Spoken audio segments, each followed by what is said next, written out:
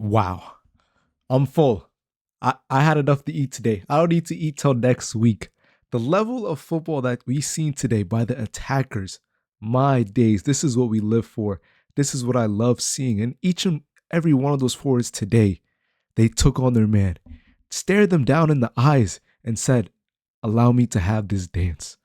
What a game that we just witnessed. PSG 5, Bayern 4. And to the neutrals that were watching this game that didn't have a side to pick, do I want PSG? Do I want Bayern? This was a game for the ages, and the fact that we get to have two of these matches, hey, for, it will be a far cry to not hand each of these teams a trophy, because the fact that one of them is going to be eliminated next week is it's so damning, because this right here, this was the finals. And the fact that we get to see the finals twice, the two best teams in the world play against each other next week, whew, I'm ready for that. I just cannot wait. This game was cinema from beginning to end. Chances back and forth, end to end, daring runs, and so many chances recreated, so many finishes were made. And I I don't even want to talk. I do want to talk about the game, but I want to talk about more about the forwards today. Kvaradona, what a player he is. And I believe he scored 7 goals in the knockout games this season in the Champions League. 7 goals. That is elite stats. And he's proving to himself every single week why he deserves to be here. The best players show up in the big stages. And also, as well, Desiree Doué grabbing 2 assists on the night. Dembele grabbing 2 goals, 1 assist. Who else? Olise grabbing a goal. Kane grabbing a goal and assist. It just had everything. It literally just had everything. It was attackers v defenders. And early in the first half, there's two penalty incidents that I want to talk about. The first one with Luis Diaz and Pacho. Luis Diaz does a good job in almost selling it, but in my opinion, that's not a penalty whatsoever. He sells it perfectly to get the contact at the last minute, but that was not a penalty at all whatsoever for me. And Kane slots at home.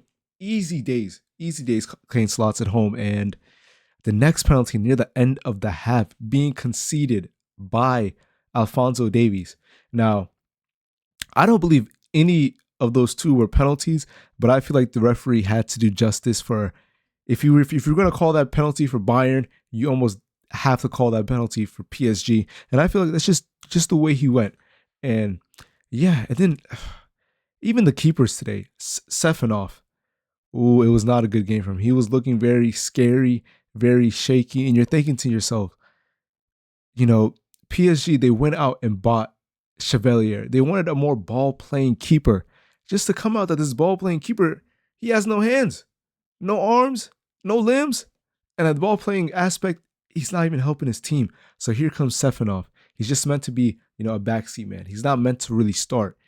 And the games that he has played in the league, he's made a few saves, but when the lights get bright, and they got bright today, it's just some of the stuff that he was doing, not giving assurance to his team. And overall, that goal that Upamecano scores, why are you not coming out and punching that out?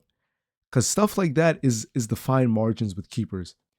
And on Olise's goal, he tried to guess. He gambled on where Olise was going to go. You thought Olise just coming in was going to curl it far post, and he jumped at it just for Olise to shoot it right down the middle of him. And if he just kept his composure for a little bit, he would have, that goal wouldn't have been a goal. And Olise, it was right now one of the best right wingers in the world versus one of the best left backs in the world, hands down.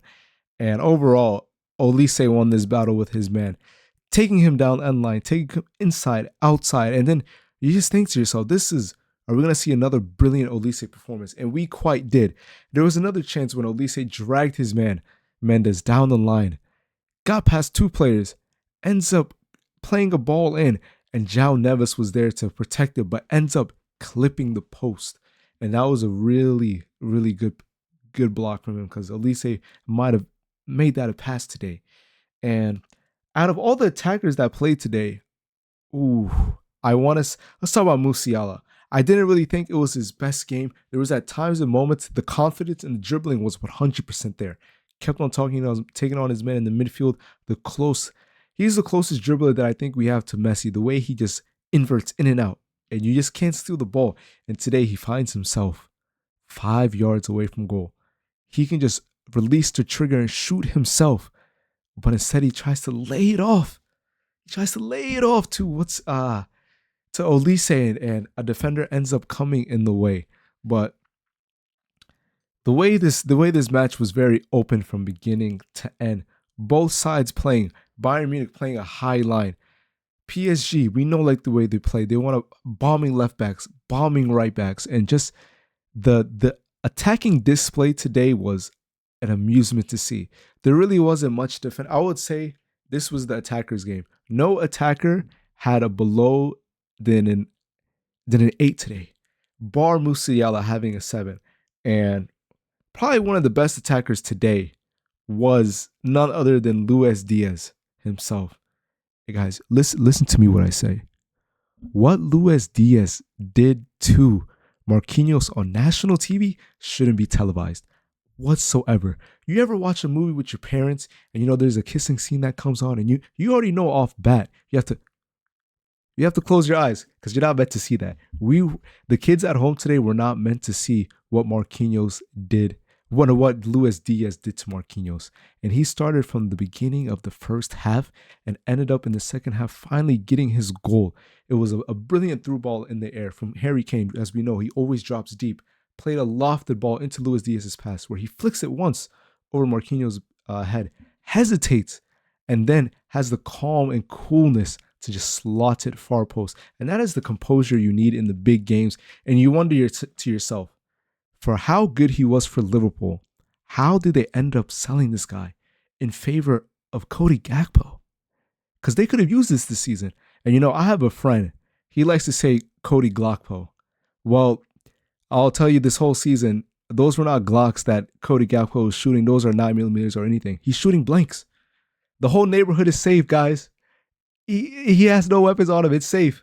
And yeah, it's just the stark difference in how and this is what I always found a lot of Dutch managers. They tend to favor their own, whether it's Koeman when he went to Barcelona, bringing in Memphis, bringing up plenty of Dutch players. Luke De Jong. It just doesn't work out. And Ten Hag, the amount of signings he made from the Eredivisie, trying to get in more Dutch players, it just never works out. And I would say the most iteration today was Arne Slot. He's favored his Dutch players. Gravenberch, he hasn't been having a good season so far. Gakpo, and I'm pretty sure if he had more money, he would go spend out on more Dutch players but himself. But today, Luis Diaz was arguably one of the best attackers on the field, and what he did shouldn't be televised. Not whatsoever, no chance. And reigning Ballon d'Or champion Ousmane Dembele, he could have very well walked away with this game with a hat trick. Early on, once Olise had missed his chance, it was a beautiful ball played in. I want to say it was by Zaire Emery or one of the midfielders that played a beautiful ball into his path. And you're thinking to yourself, Dembele, 1v1 with Neuer. This is as easy as it gets. And he fluffs his line and misses it just wide. But overall, the way Dembele played today, dropping into the midfield, making laying passes there, back and forth. It was just an all-round brilliant performance. Pavlovic, I thought he had a really good game today. And who else out of other forwards? Kane. Kane today, we know what Kane likes to do. Drop into the midfield, connect plays, this and there. His hold-up play, just the way his accuracy on the ball is just a beauty to see.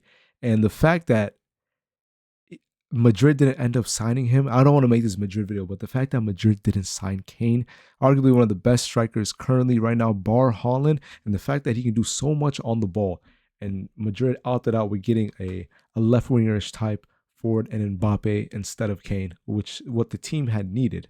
And then João Neves' goal. The midfield, Vitinha and João Neves. I want to say today, Neves and Zaire Emery, they performed a little bit better than Vitinha today, probably just coming off of his injury that we know that he didn't play for about a game or a game and a half. And I didn't feel like today was Vitinha's best game, but still, João Neves is an engine. The way he just keeps on running back and forth has a technical brilliance, and the way he picks up his goal, the shortest man on the field.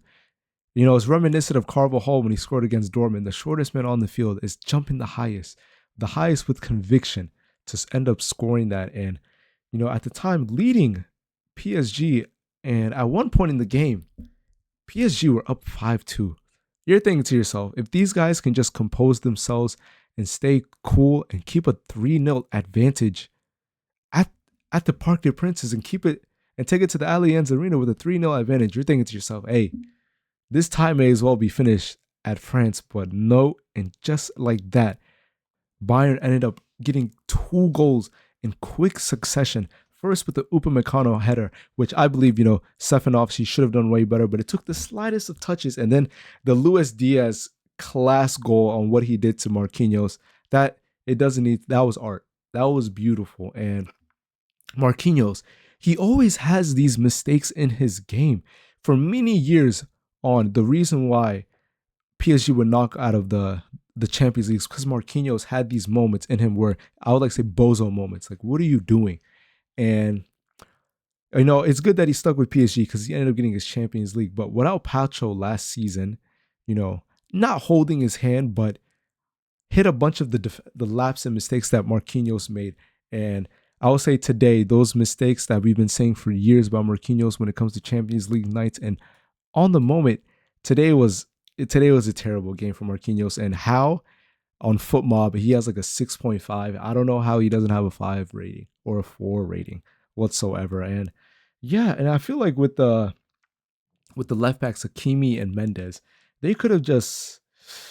You can see they're getting cramps, both of them each, and Mendes ended up having to come substituted off, and Hakimi himself pulling one late in the game, and you're thinking to yourself, hold on, has he pulled his hammy?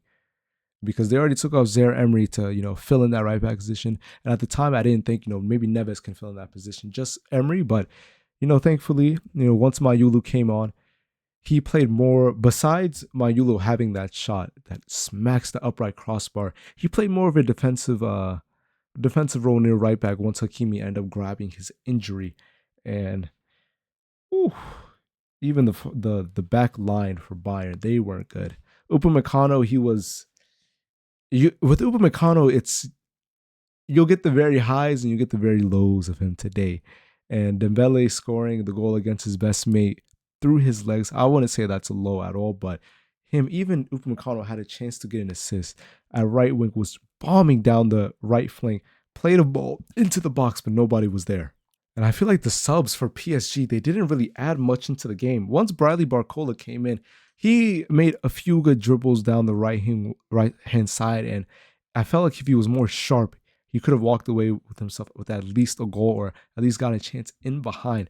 And Fabian Ruiz, we know he's been injured for a pretty chunk of the season, and today within 20 minutes, he came on the 65th minute. This was a low for him. I don't believe this was one of his best game at all. And the amount of defending he had to do with Olise, he just got tired of it. And you saw him just make a cynical foul. He just lost his head and ends up getting carded for the challenge that he did. So I want to say PSG substitutes, they weren't really that stand out. Lucas Hernandez, he just did his thing. Mayulu, I feel like, bar the goal, did his thing, just not much. But yeah, just the way these two teams play have been a brilliant joy and a breath of air from anything that the Prem can offer, anything that Real Madrid has shown me. These are arguably two best teams on display currently, and probably one of the better PSG teams that I have ever seen in my life. That's including the Cavani's, the Ibras, when they had Verratti, Lavezzi, Pastore. This iteration of PSG and the way that they're heading it, I'm loving it. And yeah, please do let me know, who do you guys believe, will end up seeing the Champions League final? Because taking this away at the Allianz Arena, we know this will be another beautiful game. And the fact that we're getting two, it just amazes me. And this time, Company will be back on the sideline for this game. Do you think he'll do anything tactical changes up or in-game changes that the current manager that had to fill in didn't do today? And Luis Enrique, we already know how PSG is going to come out. And we just hope that Mendes, Hakimi are healthy and ready for this game. And they're just going to have to rest up a few players during the week for this upcoming game. So This game was very halal. Tomorrow we're gonna see a haram game, and that's gonna be Arsenal Atletico Madrid. And yeah, so thank you everyone for coming to my channel, MBS Mohammed Bin Sports. And if you like what you're hearing, please leave a like, share, and subscribe. And until tomorrow for the next Champions League game, take care.